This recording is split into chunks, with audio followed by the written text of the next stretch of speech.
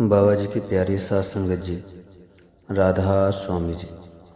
सात संगत जी, 13 अप्रैल को लखनऊ में बाबा जी ने सत्संग फरमाया जी। कोट जतन से यह नहीं माने, धुन सुनकर मन समझाई। स्वामी जी महाराज की वाणी है।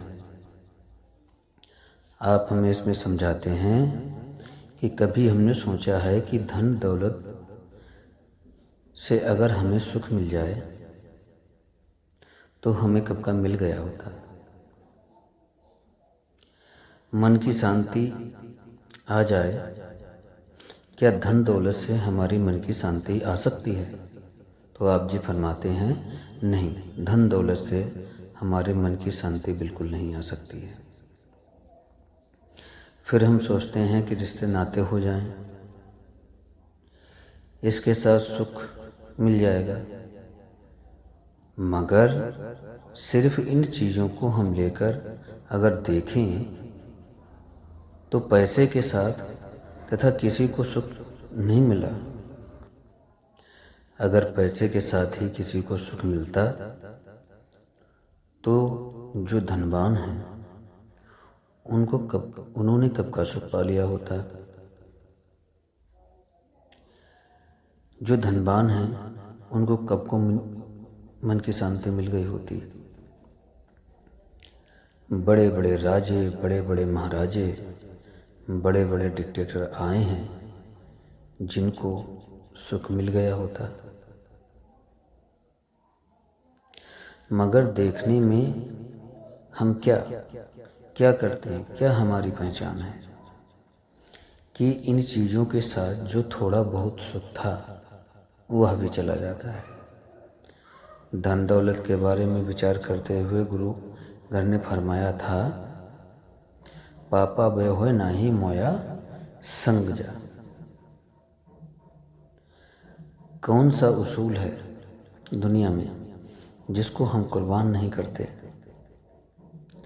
धन दौलत इकट्ठा करने के लिए हमें कौन सा उसूल नहीं कुर्बान करते? जिसको इंसान कुर्बान नहीं करता, थोड़ा कोई नौकरी लेने के लिए या कोई धन दौलत लेने के लिए इस संसार में क्या क्या नहीं करता। दुनिया में कोई चीज़ मुफ्त नहीं मिलती। एक दिन इन सब चीज़ों का हिसाब किताब देना पड़ेगा। यह ठीक है कि पैसा से ना तो जिंदगी गुजारी जा सकती है, कहने का भाव है पैसा ना हो तो ज़िंदगी गुजारना मुश्किल हो जाता है, इसलिए पैसा भी ज़रूरी है। पैसा अपने आप बुरा नहीं है, मगर जब हमारे पास ज़्यादा आ जाता है तो पैसा जो हमारी सोच को बदल देता है और हमारी आदतों को बदल देता है। बुराई उसमें नहीं है और कोई बुराई पैसे में नहीं है, मगर जब हम उसको हासिल कर लेते हैं फिर हमारे अरमान आसमान छूने लगते हैं। हम नीचे देखना गवारा नहीं करते, दूसरों को भूल बैठते हैं। बुराई उसमें नहीं, रिश्ते नाते कोई बुरे नहीं होते। अच्छे रिश्ते हों तो ज़िंदगी गुजारनी आसान हो जाती है। उसमें उन रिश्तों में मस्त होकर जब इंसान को और सब कुछ भुला के बैठ जाता है। इसलिए ज़िंदगी में हर एक चीज़ का एक दायरा है। हमने उस दायरे की पहचान करनी है, उस दायरे से ज़्यादा हासिल करने की कोशिश करनी है, तो हम दुखी ही मिलेगा, कोई सुख नहीं मिलेगा। कहने का भाव है जो हमारा दायरा है उस दायरे से हम यदि अधिक सोचेंगे, अधिक प्राप्त करने की कोशिश करेंगे तो हमें सुख कहाँ मिलेगा, हमें तो दुख की प्राप्ति होगी। आप जी फरमाते हैं कि इसीलिए हमें अपने जीवन में बैलेंस बना के रखना चाहिए, मध्य का रास्ता अपनाना चाहिए, दरमिया का रास्ता अपनाना चाहिए। अब जब हम सुख की तलाश में निकलते हैं तो कहीं ना कहीं इंसान को वो जागृति आती है कि देने वाला तो मालिक है, सब सुखदाता राम है, दूसर नहीं को। सब कुछ देने वाला वह ईश्वर है। उसने जो भी देना था वो पहले से ही दे दिया है, आगे भी उसे देना है। तो वो तो कुल मालिक है। तो ये हमारी भक्ति है, यह जो हमारी रूहानियत है, यह तो सिर्फ एक जरिया है। उसका शुक्रिया अदा करने के लिए जितने यत्न किए जाएं वह कम है, क्योंकि उस मालिक ने हमें जो कुछ दिया है वो बहुत दिया है कि हम अपनी ज़िंदगी में थोड़ा सा वक्त निकाल के उसका शुक्रिया अदा करना चाहिए। यह हमसे होता नहीं। लेकिन आप जी कहते हैं कि जो हमारी किस्मत में है वो हमें मिलेगा। माँ बाप ने जो कुछ भी बच्चों को देना है वो दे के ही जाना है, कोई साथ नहीं लेकर जाता। मगर माँ बाप उस बच्चे को आसानी से दे देते हैं तो उसकी वह बच्चा कदर नहीं करता, उसको उसकी कीमत की पहचान नहीं होती। और जिस बच्चे को उसकी कदर नहीं है उसका ध्यान बार बार बाहर मुखी हुआ बैठा है, उसे थोड़ा सा खींच के रखते हैं उस इंतज़ार में कि इसको भी आहिस्ता आहिस्ता उस चीज़ की कदर पड़ जाए। देना तो उसको ही है। तो आप जी आगे फरमाते हैं जो रूहानियत की दौलत है, मालिक ने उसमें कोई फ़र्क नहीं रखा। ये नहीं कि किसी को ज़्यादा दे दी, किसी को कम दे दी, वह सबके पास बराबर है। रूहानियत की दौलत मालिक ने सबको एक जैसी दी है। फ़र्क सिर्फ इतना है कि हमें उसको पहचानना है कि जिस इंसान ने अपना ध्यान अंतर्मुखी कर लिया वह सेवक बन गया, उसने गुरुमुख की तरफ कदम बढ़ाना शुरू कर दिया। और जो मन के अधीन होकर मन की ख्वाहिशों को पूरा करने में लगा रहा उसको हमने मनमुख बना लिया। फ़र्क सिर्फ इतना ही है, मालिक कभी भी फ़र्क नहीं करेगा। अगर मालिक ही फ़र्क करने लगेगा तो फिर हमें बचाने वाला कौन होगा? कोई नहीं हो सकता। इसके लिए सारी चीज़ें एक जैसी हैं। हम चाहें किसी भी धर्म के हों, किसी भी जात के हों, किसी भी मुल्क के हों, मालिक के आगे कोई भी फ़र्क नहीं है, क्योंकि उसने तो सिर्फ एक चीज़ की पहचान करनी है और वह है हमारे प्रेम और प्यार की, हमारी भजन बंदगी की। गुरु घर ने कहा था, नानक के घर केवल नाम। हमें सिर्फ एक चीज़ की पहचान करनी है, वह है नाम की, वह है शब्द की। बाकी सारी चीज़ों की हमें पहचान नहीं करनी है। इनका ताल्लुक शरीर के साथ है। शरीर यहीं का यहीं रह जाएगा।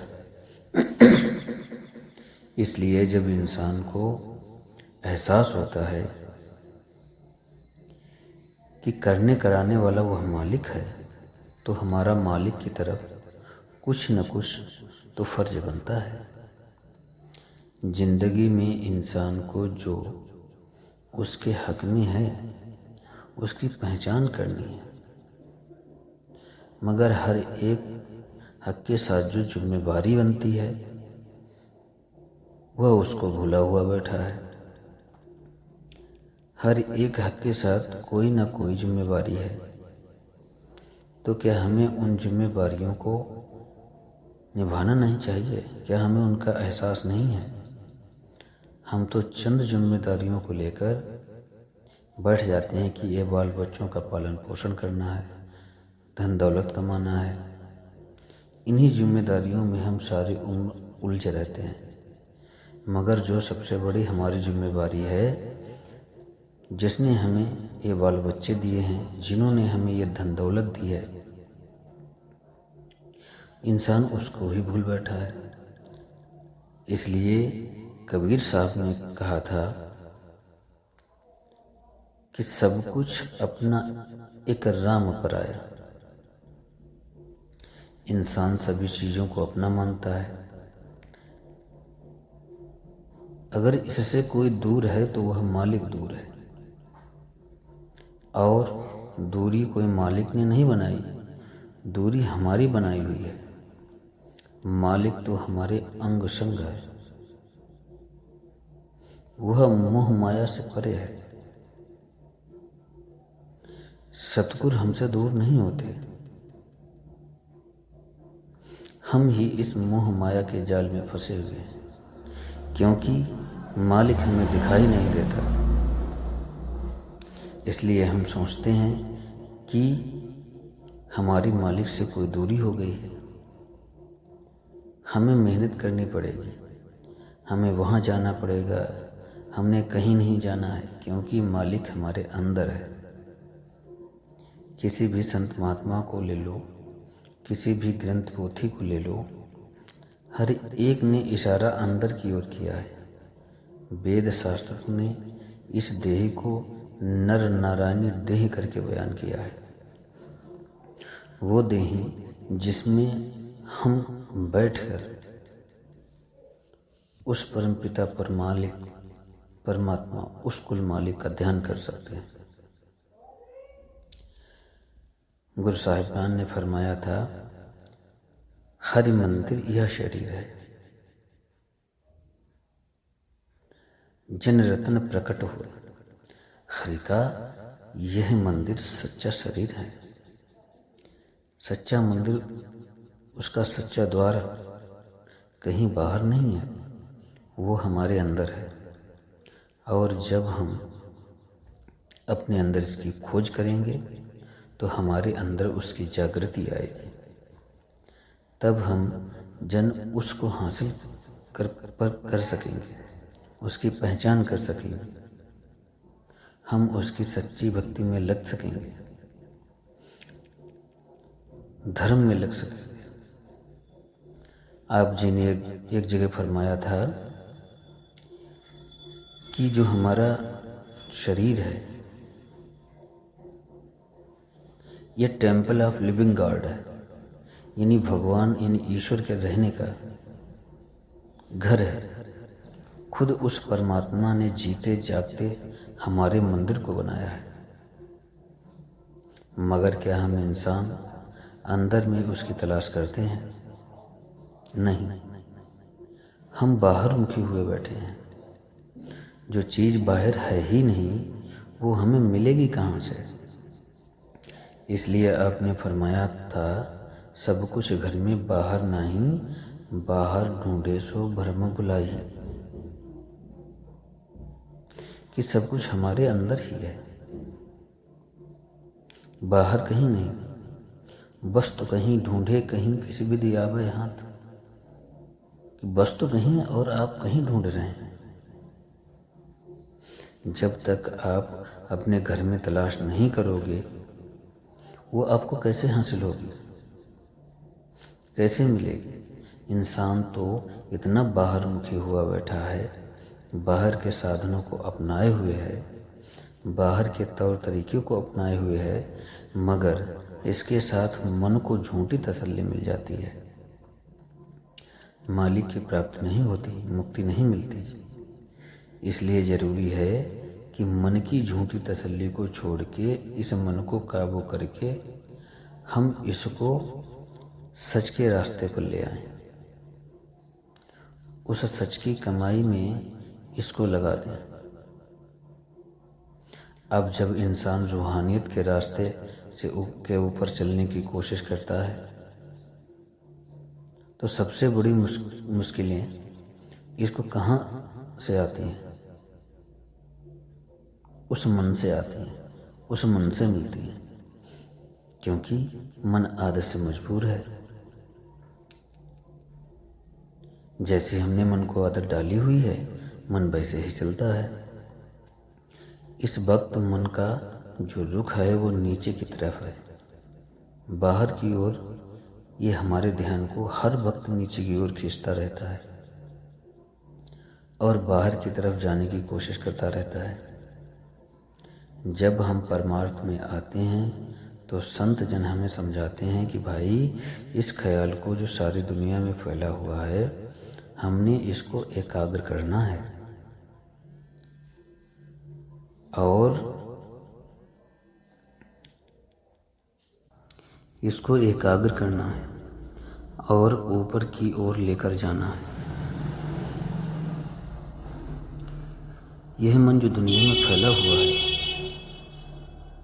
इसको ऊपर की ओर ले जाएंगे और जहाँ आँखों के बीच में साधु लोग टीका लगाते हैं, तिलक लगाते हैं, तो जहाँ पर माताएं बहनें बिंदी लगाती हैं, हमें उस नुक्ते पर, उस केंद्र पर इकट्ठा करना है।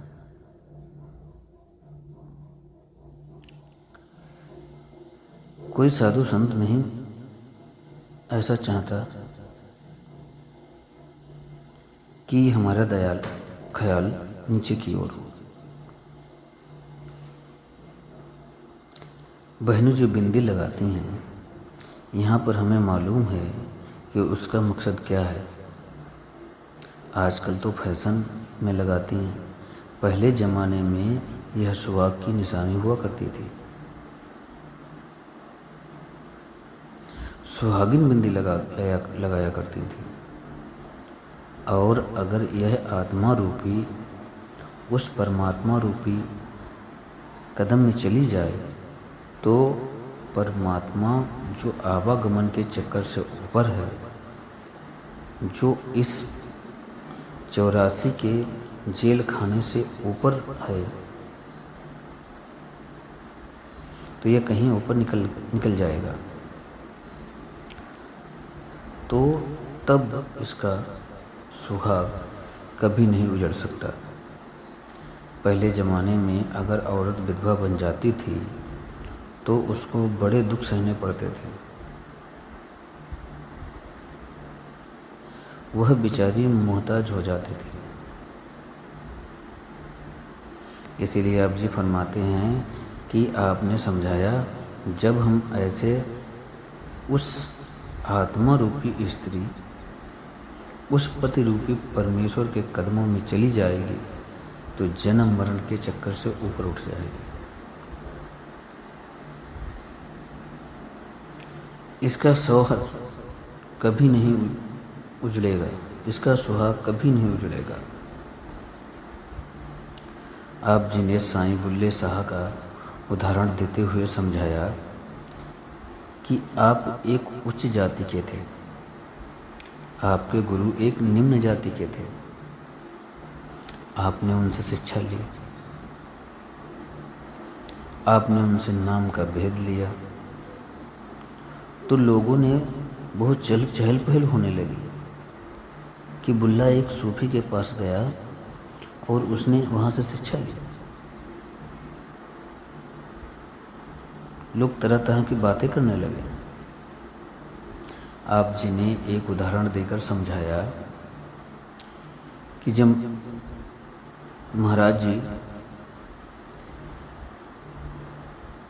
सत्संग किया करते थे तो लखनऊ क्षेत्र के ही रहने वाले जो उनके शिष्य थे वो उनके पास जाया करते थे एक गागर में पानी भरकर ले जाया करते थे, संगत को पिलाने के लिए गुरु दरबार में ले जाया करते थे। तो लोग तरह तरह की बातें करने लगे। आप जी फरमाते हैं कि उन्होंने अपने पैरों में घुंघरू बांध लिए थे कि जिसको नहीं पता है उसको भी पता चल जाए। ऐसी सेवा करते थे। अब तो ये उसकी मर्जी है और मालिक की मौज है कि वो हमें क्या कराना चाहता है।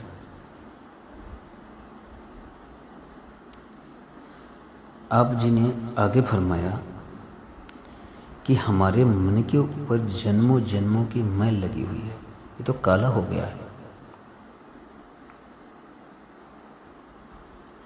जब इसे हम साफ करेंगे, सत्संग में आएंगे, तो ये साफ होता चला जाएगा और इसके ऊपर से गंदे गिलाफ उतर जाएंगे। आगे जी आपने फरमाया जब बुल्ले शाह के यहाँ कोई शादी बारात का फंक्शन था तो उन्होंने निमंत्रण भेजा था अपने गुरु के लिए। गुरु दरबार से कुछ लोग आए, बुल्ले ने उनको ध्यान न देते हुए एक कोने में बैठाल दिया। जब वो वहाँ से गए, उन्होंने सारी बातें अपने गुरु को बताईं। तो बुल्ले शाह के गुरु ने उनसे मुंह मोड़ लिया। बुल्ला बड़ा परेशान हुए।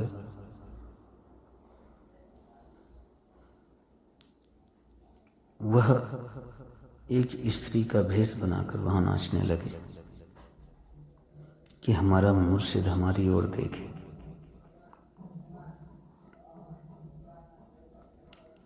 ऐसे ऐसे संत सद्गुरु हुए हैं, ऐसे ऐसे उनके शिष्य हुए हैं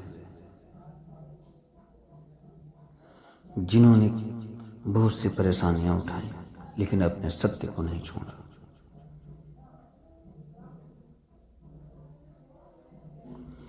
इसलिए महापुरुषों ने आकर मन की अवस्था हमें समझाते हुए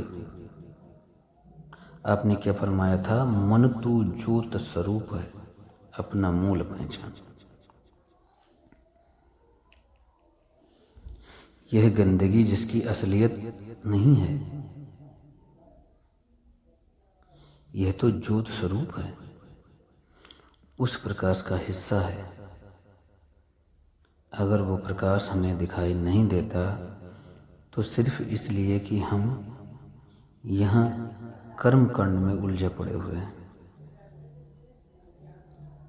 और ये इतने कर्म कांड इकट्ठे कर लिए हैं कि असल की पहचान ही नहीं हो रही। संत महात्मा उनके आने का मकसद कोई हमारे से माथा टिकवाने का नहीं है, हमारे से सर झुकवाने का नहीं है।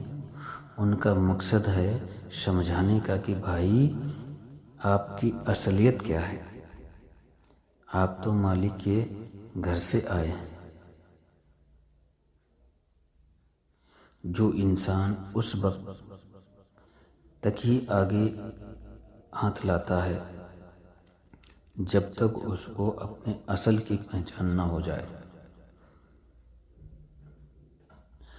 राजी का बेटा होकर अगर गली में भीख मांगता फिरता है क्योंकि उसको एहसास ही नहीं कि उसका पिता कौन है, और जिस दिन उस चीज़ का एहसास हो जाता है फिर वो भीख नहीं मांगता, अपना हक मांगता है। और वैसे ही रूहानियत के साथ हमने अपने अंदर को जागृति लानी है कि हमारी असलियत क्या है। जब से इंसान आया है यही प्रश्न उठ खड़ा हुआ कि मैं कौन हूँ, मेरी असलियत क्या है। अंग्रेजी फिलोसोफर ने कहा था, आई द आई, क्योंकि मेरी सोच है। हम सोच के साथ मैं कदम उठाता हूँ, इसलिए मेरा वजूद बना हुआ है। सोच कहाँ से आती है? मन से। मन से आती है, तो क्या हमारा दायरा वह मन तक ही सीमित रह गया? इसलिए हमने पहले तो यह पहचान करनी है कि हमारी असलियत क्या है। इस वक्त हमने तो इस शरीर को असलियत समझ बैठे हुए हैं, क्योंकि इंसान जो कुछ भी करता है सिर्फ शरीर को संभालने के लिए करता है, असल को भूल गया है। शरीर यहीं का यहीं रह जाएगा तो असल क्या है? असल हमारी आत्मा है। मगर सारे जीवन हम रात को सोते हैं, शरीर को खाना खाते हैं, शरीर को चाहिए कमाई करते हैं, शरीर की देखभाल करनी है। मगर क्या हमने कभी विचार किया कि खुराक कौन सी है? आत्मा को आराम कहाँ से मिलेगा? तो जो असल है उसको और जिस चीज़ में न हो उसको संभालने में लगा हुआ है। तो संतों ने आकर हमें थोड़ा सा समझाने की कोशिश की है कि भाई, यह आपकी असलियत नहीं है, आपका एक और भी दायरा बना है। यह दायरा बना हुआ है जो उस आत्मा की तरफ है। तो उस परम आत्मा की तरफ है। परमात्मा की तरफ मालिक ने अगर इंसान को उत्तम से उत्तम दिया है तो किस लिए दिया है? मालिक ने इंसान को इंसान का जामा किस लिए दिया है? मालिक हमें पेड़ पौधे भी बना सकता था, जानवर भी बना सकता था, हमारे और निचले जामों में भेज सकता था।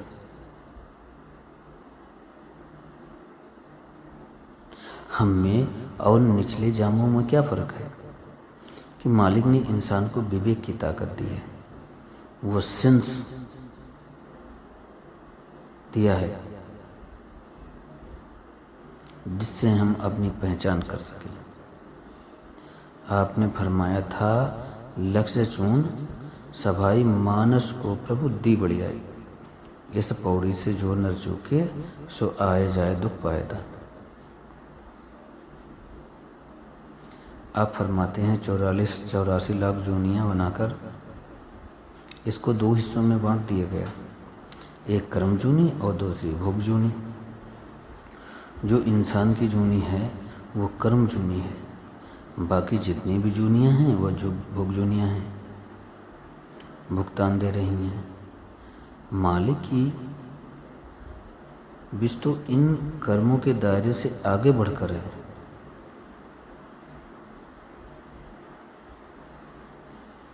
कर्म जो भी हम करते हैं उसका हमें भुगतान देना पड़ता है। तो आप जी चेतावनी देते हैं कि इस पर जो एक छोटा सा उदाहरण देकर हमें समझाते हैं, देखो एक ऐसी चीज़ है, मान लिया जाए कि जिसमें 84 लाख जीव हैं, तो आखिरी स्टेप कौन सा है? आखिरी स्टेप, आखिरी डंडा ये मनुष्य की योनि है। अगर हम थोड़ी सी मेहनत करेंगे तो आसानी से ऊपर पहुंच जाएंगे। इस 84 लाख योनियों से हमें छुटकारा मिल जाएगा। अगर हमारा पैर आखिरी स्टेप से आकर फिसलता है तो पता नहीं हमें कहाँ जन्म आके लेना पड़ेगा, कहाँ हम गिरेंगे। पता नहीं मालिक की भक्ति का मौका मिलेगा कि नहीं मिलेगा। इस पौड़ी से जो नर चूके सो आए जाए दुख पाए जाए। हमें बार बार आना पड़ेगा, बार बार दुख और मुसीबतें सहनी पड़ेंगी। इन मुसीबतों से गुजरना पड़ेगा। इसलिए आपका कहने का मकसद है जीवन का यही कि संत महात्मा आकर हमें समझाने की कोशिश करते हैं कि भाई कि उस गोविंद का भजन कर, सुमिरन कर, और उस मालिक की प्राप्ति करो। इस छोटे से तुक में आपको स्वामी जी महाराज ने बहुत अच्छे तरीके से समझाने का प्रयास किया। तो हमें भी चाहिए स्वामी जी महाराज, बाबा जी महाराज की इन बातों पर अमल करें और भजन सुमरन को काफ़ी ध्यान दें। राधा स्वामी जी।